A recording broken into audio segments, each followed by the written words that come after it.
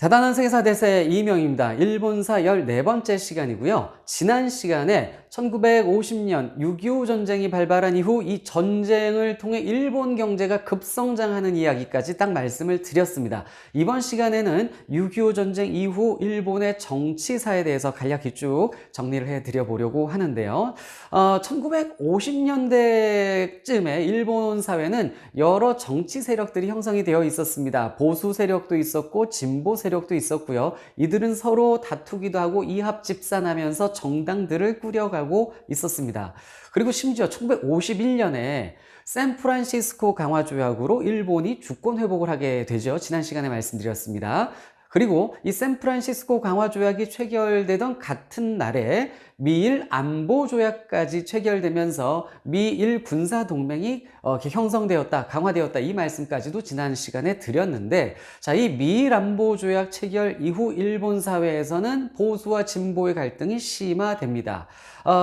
미국 편을 들고 미국과 친미적인 그런 성향을 보이고 이 동맹 관계를 굉장히 중요하게 여기는 어떤 그 보수 세력, 그 다음에 반대로 미국에 좀 반대하는 입장이고 미일 안보 조약에 대해서 반대하는 입장인 어떤 진보 세력 간의 갈등이 심해진 거예요.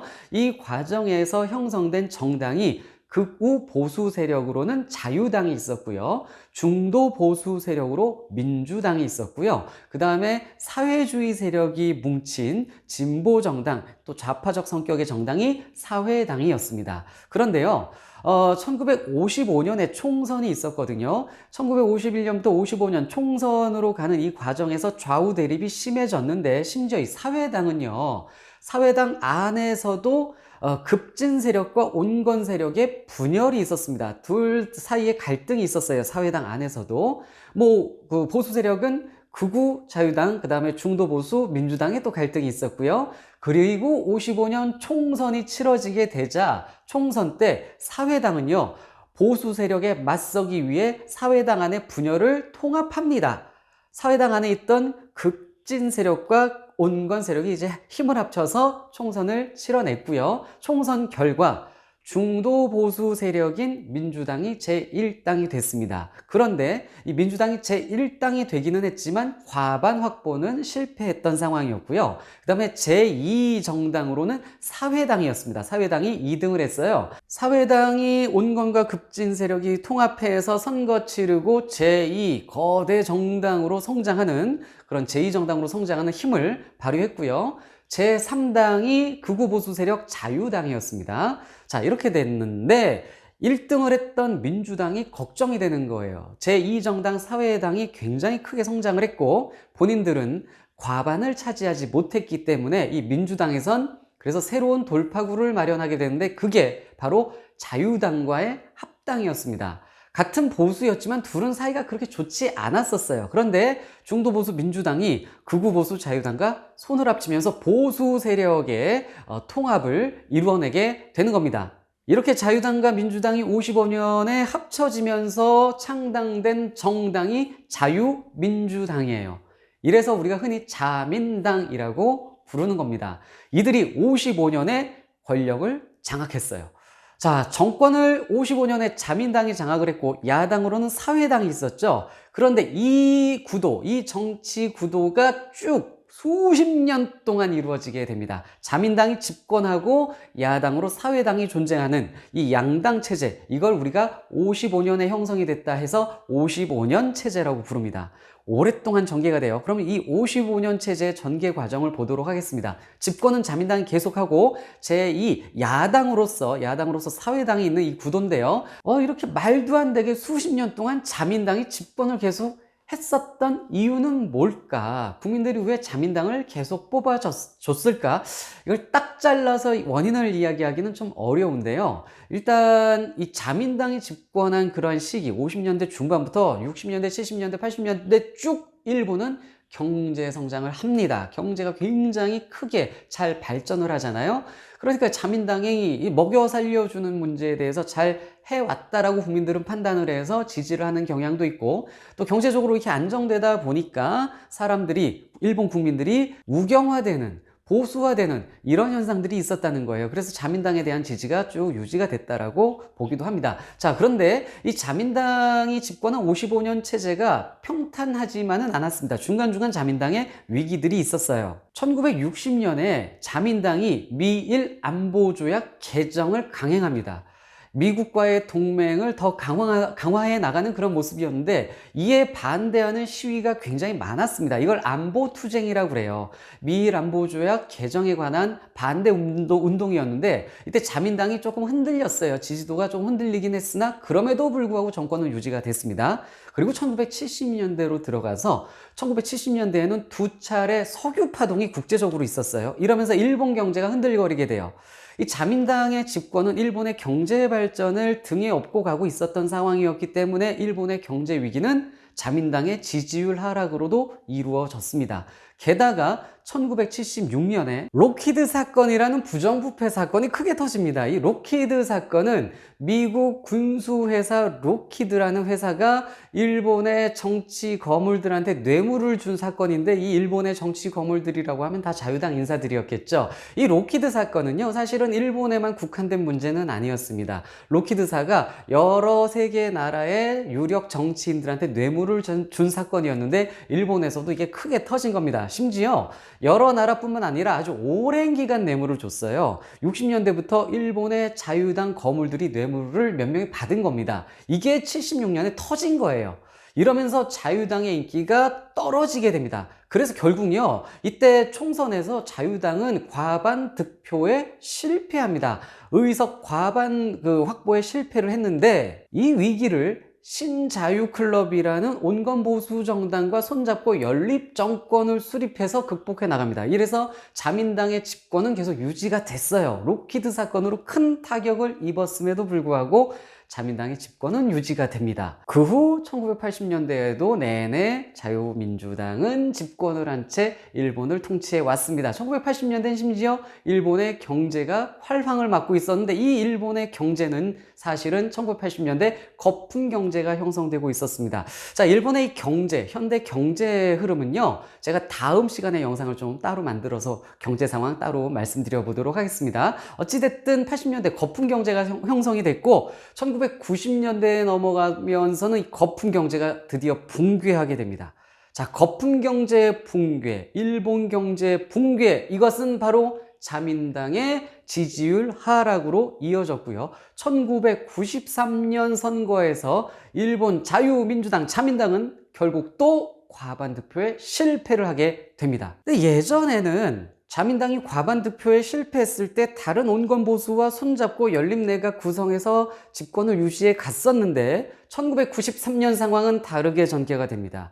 자민당이 워낙 하락하게 되자 자민당의 의원들이 막 탈당을 했어요. 탈당을 해서 이런저런 군소 정당들을 각자 막 만들기도 했고요. 또는 진보 세력과 손을 잡기도 하는 등 여러 개의 정당으로 이렇게 빠져나가게 됩니다. 자민당 의원들이. 이래 놓고 이렇게 빠져나간 자민당 세력들이 일부 또 진보 세력과 손을 잡아서 8개 정당이 손을 잡는 비자민당 연립내각이라는 것을 만들게 됩니다. 자, 이렇게 비자민당 연립 정권이 만들어지게 되는데, 이것을 우리가 55년 체제의 붕괴라고 얘기를 하게 되는 겁니다. 55년 체제라는 것이 무엇이었습니까? 자민당이 집권을 하고 야당 사회당이 있는 체제였는데, 그런데 자민당의 집권이 무너진 거예요. 비자민당 연립정권이 생긴 겁니다. 자민당 아닌 사람들이 뭉쳐서 정권을 만든 거예요. 심지어 사회당도 이때 군소정당으로 몰락하는 일이 발생하게 됩니다. 이건 조금 이따 또 따로 말씀을 드리고요. 여튼 이렇게 해서 자민당의 집권이 1993년 잠시 무너진 건데, 이걸 정권 교체라고 부르지는 않습니다. 정권 교체라고 하면은 여당 자민당이 집권을 못하고 권력이 야당, 사회당으로 넘어갔어야 되는데, 권력이 여당에서 야당으로 넘어간 게 아니라 여당이 집권은 못했는데 비자민당 연립내각이라는 그런 독특한 형태의 내각이 만들어진 거예요. 야당으로 넘어간 게 아니고. 이래서 55년 체제의 붕괴, 자민당 집권의 붕괴는 맞지만 정권 교체라고 부르진 않는다. 이렇게 또 알아두시면 되겠습니다. 그런데 이 비자민당 연립내각이라는 것이 제대로 운영이 되지 않아요. 이게 제대로 운영이 되겠습니까? 이런저런 세력들이 막 8개가 뭉쳤으니 안에 내분이 심했겠죠. 그래서 결국 10개월 만에 이 비자민당 연립내각이 무너지게 됩니다. 이러자 이때를 노려서 자민당이 사회당과 손을 잡고 사회당과 연립내각을 출범시켜요. 야당 사회당이 자민당과 손을 잡은 상황이 된 겁니다. 이러자 어떤 상황이 발생하냐면 사회당 지지 세력들이 대거 이탈하면서 그럴 만도 하죠. 이 진보 세력이었던 사회당이 보수 자유민주당과 손을 잡으니 사회당 사람들이 실망을 하고 막 빠져나가는 거죠. 이래서 이걸 계기로 사회당, 오랫동안 야당이었던 사회당이 군소정당으로 몰락하게 되는 그런 계기가 되고요. 어쨌든 자민당도 자기네들 뜻대로 지금 되지 않는 상황이죠. 과반 확보가 계속 안 된 자민당은요, 이후 공명당이라는 정당과 손을 잡아서 공명당과 손잡는 연립정권으로 운영을 해 나가게 됩니다. 이 자민당과 공명당의 연합은요, 지금도 이어지고 있습니다. 물론 중간중간에 이게 변화는 있었는데 자민당이 공명당과 손잡는 그러한 형태로 당시 다시 자민당이 정권을 잡게 돼요. 자, 그러면 군소정당으로 몰락한 야당 사회당 얘기를 해보도록 하겠습니다. 사회당에서 일부 사람들이 탈당을 해요. 탈당한 사람들이 민주당이라는 정당을 따로 창당을 했고요. 이 민주당이 여러 군소 정당 세력들 또는 군소 진보 세력들을 합쳐서 조금 덩어리가 커진 민주당이라는 정당을 창당을 하게 되는데, 이 민주당이 이후 일본에서 야당의 역할을 하게 되는 겁니다. 자민당에 맞서는 야당으로 서서히 성장을 해 나가던 이 민주당이요, 결국에는 2009년 총선에서 의회를 장악하고 내각을 장악하게 됩니다. 이래서 자민당에서 2009년에 민주당으로 정권이 넘어가게 돼요.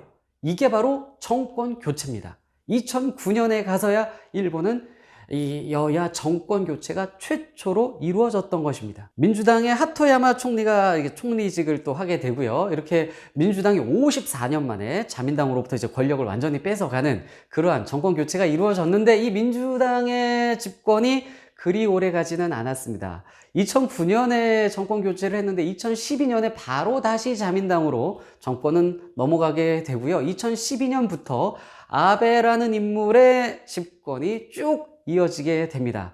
오랫동안 자민당이 집권을 하고 또 아베가 집권을 하면서 2012년부터 아베 독주가 진행이 돼요. 이 아베 자민당에 맞서는 야당 민주당은요, 2016년에 이런저런 세력들을 좀 더 합쳐서 민진당이라는 정당으로 새롭게 출발을 하고요. 이 민진당이 야당 역할을 하다가 2020년에는 또 이런저런 세력들과 힘을 합쳐서 입헌민주당이라는 또 정당으로 거듭나게 됩니다. 그래서 지금 일본 야당은 입헌민주당이에요. 집권은 계속 자민당이 해오고 있는 겁니다. 그래서 55년부터 집권을 한 자민당이 지금까지 일본 정치를 주도하고 있습니다. 물론 중간에 잠시 민주당으로 권력이 넘어간 바도 있고, 또 중간에 잠시 비자민당 연립내각이라는 내각으로 자민당이 실각을 한 경우는 있지만, 이 중간 몇 년을 빼고는 쭉 자민당이 일본 정치를 장악하고 있는 이런 상황입니다. 참 이게 독특한 모습이에요. 정당 정치로 봤을 때 2차 세계대전 이후 하나의 정당이 국가 통치를 혼자 이렇게 장악하는 모습들이 일부 있긴 있어요.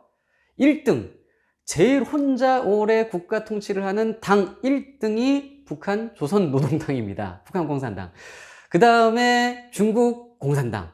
이 공산당들은 이 하나의 당이 오랫동안 국가 통치를 독점하고 있죠.